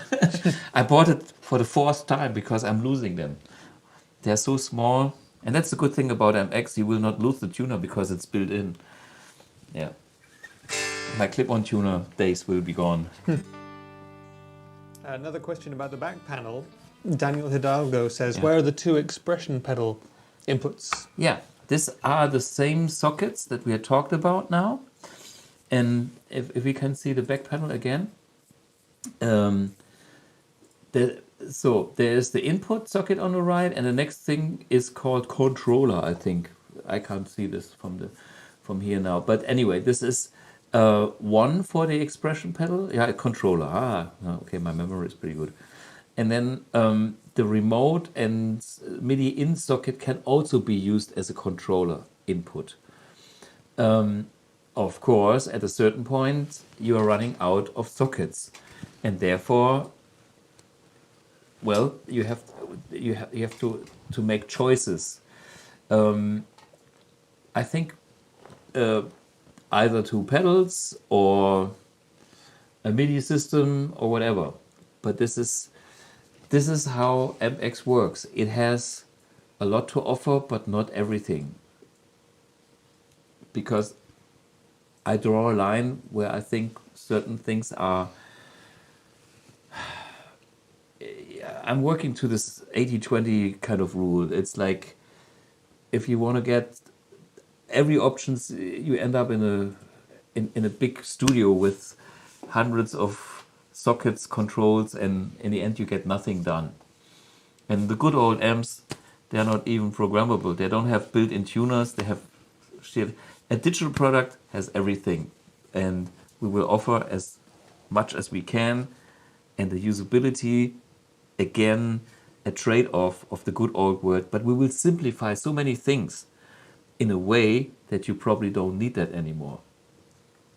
For instance, we will be able to assign certain effects levels on one of the foot switches. So you could have a reverb or a dedicated switch for controlling. So you press that thing and then the reverb gets louder, something like that.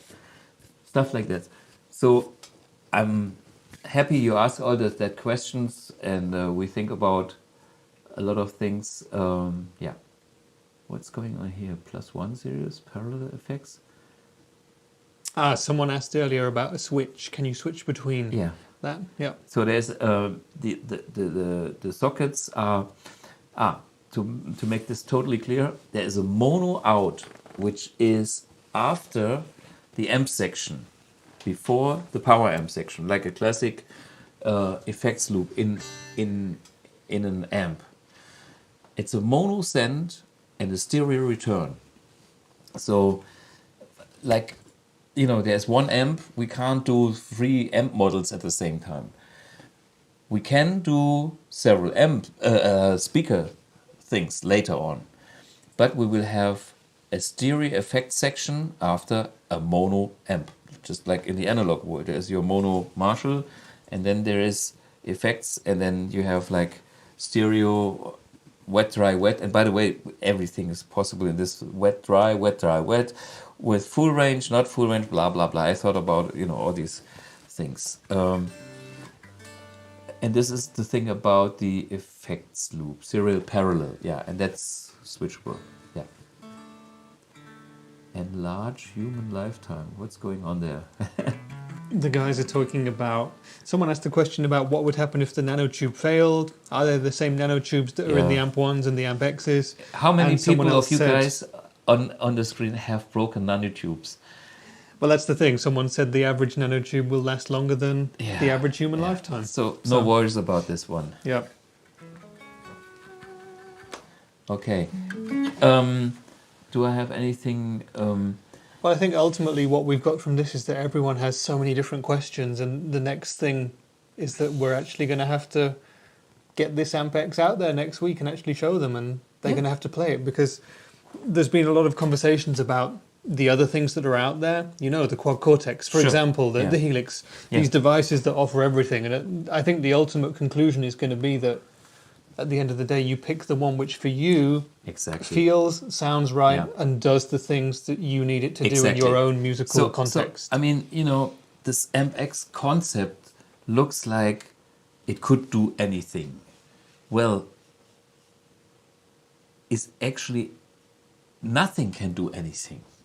Even if you buy the most expensive whatever computer, you can buy this software for that, and there's a point where you spend your whole entire time doing a setup of options, and then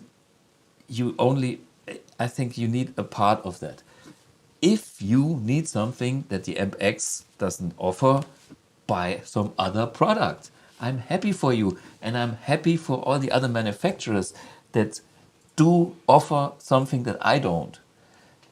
My offer to you guys is, I believe that a lot of people can be happy with what I'm doing here, and that the AMP X offers a bit more than AMP 1. But all you guys that are so excited about the AMP X, you will find out that an AMP 1 is a killer amp. I tell you why. Because you plug it in, it feels great, it sounds great, and if it's not your cup of tea, you choose this one or that one. And in the end, if you want to have that, some people don't even need that many effects or stuff. I mean, it's like we make a lot of potential dreams, and of course it's all that, and that this is part of the AMP X concept, but we should be also a bit realistic.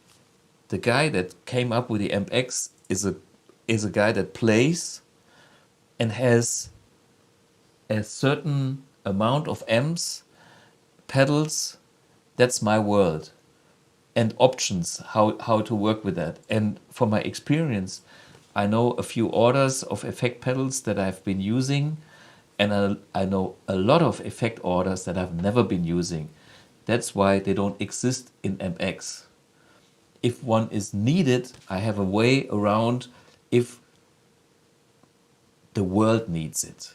I had that back door open. I always have, there's a special slot somewhere in the amp where I can bring stuff in and do things in case I have forgotten something. But all the rest is organized based on my experience and my reality. And I think that's good enough because I'm old enough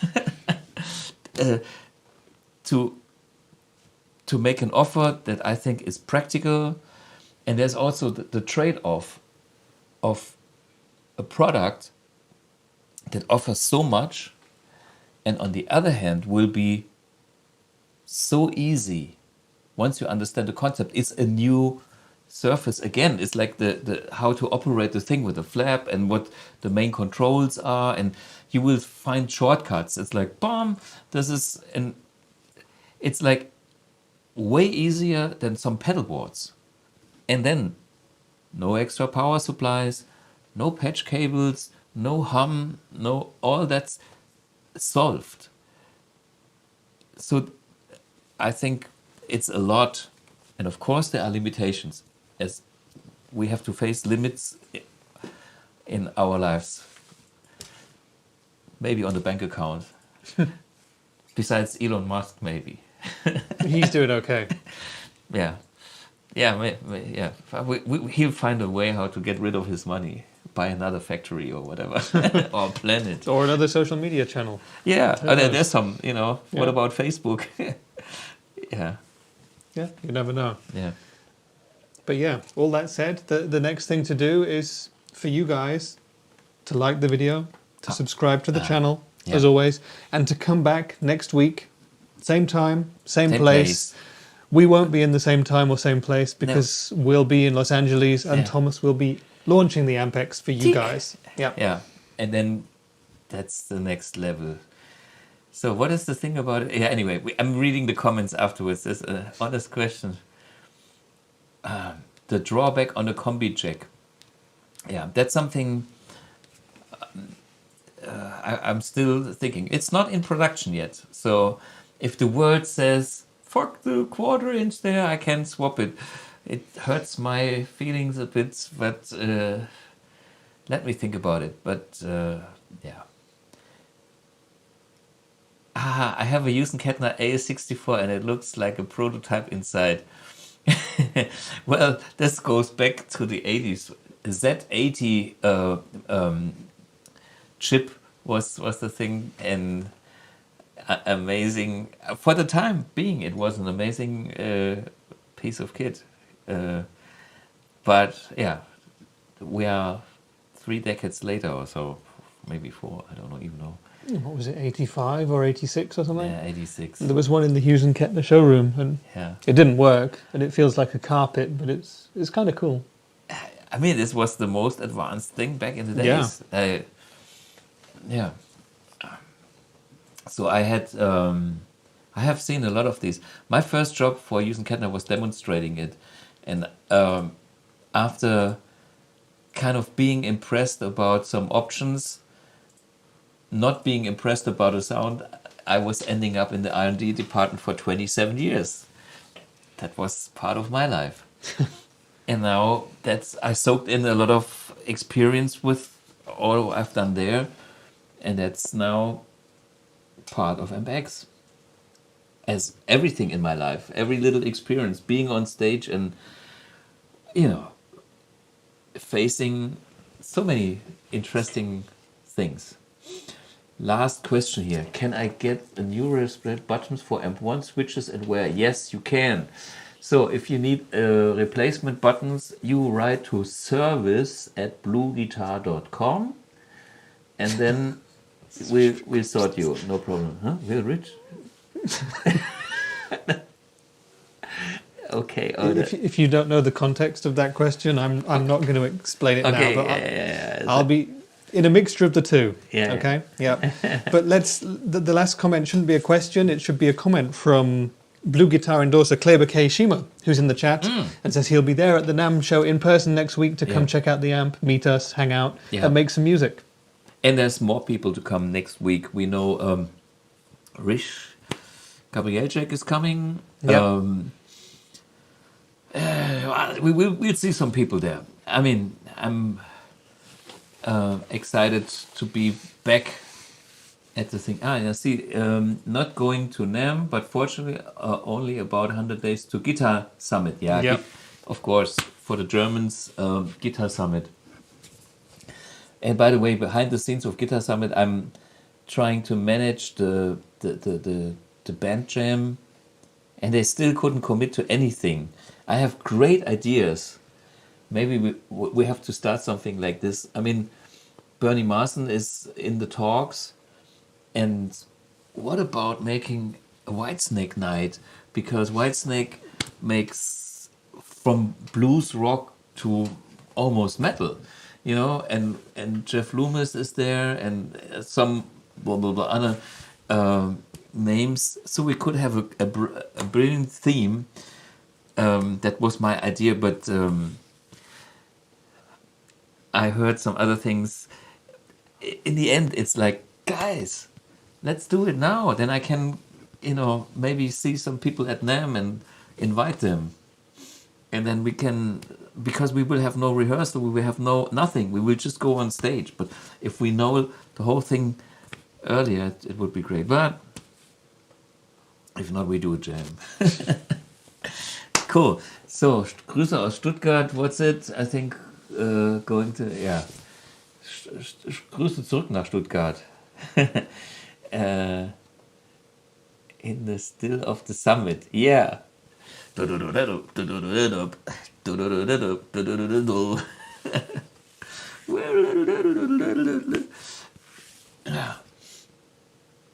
and then we could invite Adrian Vandenberg playing the Iridium.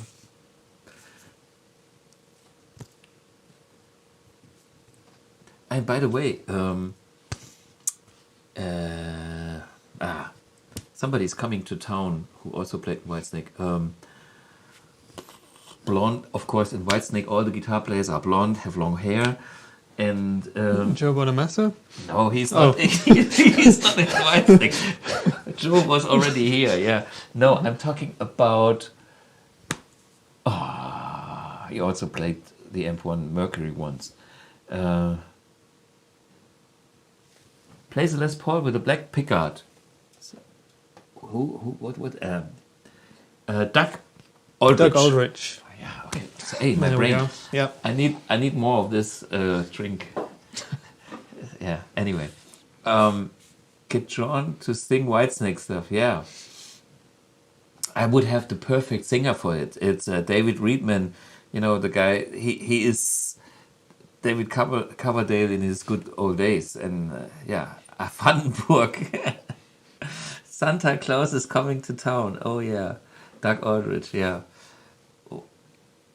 Why had brown hair? It's kind of great now. Of course, at this age, John Sykes. Yeah, this would be. I mean, I have lots of respect for John Sykes because he, to me, was kind of the first one to do this kind of 80s. And actually Gary Moore as well, but he never played in in that band. But when you think about who played in Whitesnake, I mean, Deep Purple almost. I mean, John Lord played there, Ian Pace played there. I think the who's who of the guitarists. Why they all played in Whitesnake? You know, it's this band is. It would be a great theme, and then they also have like bluesy and soul-y songs, kind of. So, I would, you know, we could even get Henrik Freischlader to play some Whitesnake in his way, you know, and it would be totally cool. And then back to In the Still of the Night. Yep. Well, you have 100 days to plan this Whitesnake Guitar Summit extravaganza. Yeah, that's something that I could think of. I don't know if we get there. Yep. Maybe. Let's get the AMP X out first, and then you can plan your little fun gig with the Whitesnake guys. Yeah, this would be cool. Yes. Red Beach is another one. Yeah. Okay. So guys, thanks for watching today. Rudi Sasso. Yeah. Okay. Genau. It's the Champions Stream. I don't know, can be an instrument, dead or alive. Who would you pick? If you had a chance to jam with 3 players, can be any instrument. Okay, if I had a chance to jam with 3 players, Machine Gun Kelly. Of course, I tell you, one guy is Jimi Hendrix because he can jam. I mean, he would kill me in a way, but it would be the thing. You know, jamming is a different thing than great playing. Jamming is, yeah, and of course I had to choose players that are in my world, in my vocabulary, but Jimi Hendrix is one of them. Okay, leave it for that, because otherwise it's getting... That's a special episode on its own, I think. John Bonham, yes. John Bonham. If I talk about John Bonham, he's the only... If you play Whole Lotta Love, most drummers play... And that's not right. You have to play the right hand louder than the left hand. It has to be... I exaggerate. It's kind of a Charlie Watts unevenness in a beautiful way. And of course, when you do the toms, you have to scream. That's the only... Nobody does... So that's my drummer. Okay. Jimi Hendrix, John Bonham, we need a bass player. Otherwise, there's no fun. Probably John Paul Jones, because I see Jimmy Page there. Well, that would be the next one. No, I think Bonham would might. Clapton, not so much. I mean, Clapton is great, but... Keith Moon. Yeah. That's what... Keith Moon. I was very impressed about Keith Moon. But Bonham is more... Okay, and the final comment was Euge. Euge is always cool. Victor Wooten. Well, he's too good. He's a bass player. I played with two good bass players enough in my life, so Raoul Walton is on that, or Reggie. John Entwistle, yeah.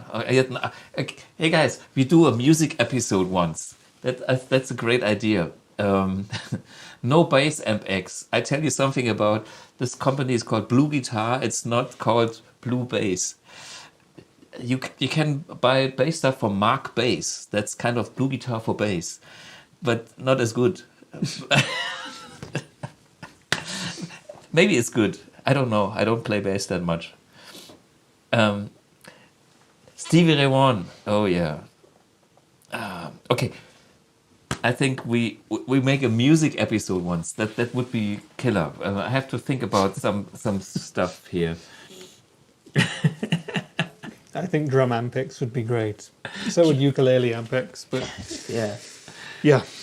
Okay, guys, it's been a really big fun night. Yeah. What's going on? It's still. Yeah. No, I didn't. Hopefully soon. Will there be amp B? Okay, this is the last comment that I do. When I did amp 1, I was very sure this was the first of its kind, and this is why I called the thing amp 1, because nobody knew that this is a full amp. So I called it amp and 1, and 1 is always great because this is new, this is fresh, this is pole position. Okay, and then I thought about amp 2. That's nothing. amp 3, after amp 1, amp B, let's do amp X, and that makes sense because X is magic, and you will find out why. Exciting, extrusion, extraordinary. Extrusion. That's just a random word with X at the start. No. It exists. Yeah. Well, I tell you what extrusion. If you have metal parts produced for your products, extrusion is, I learned, is a... it's a thing that extrudes. Yeah. This show has an exit at some point. That would of course, it's extreme. Yeah. It can expand. It is extra. Is it extern or it is? We'll talk about it on Xmas. It's at least extraordinary, and we can extract a lot of information from this, and it's very exact. It's ecstasy. Excellent. It's excellent. Yeah. When we X-ray the amp X, we can exchange some presets, or we can explore some other sounds in our expedition. Being an expert. So I think we quit for now. See you next week. Cheers, guys. Okay.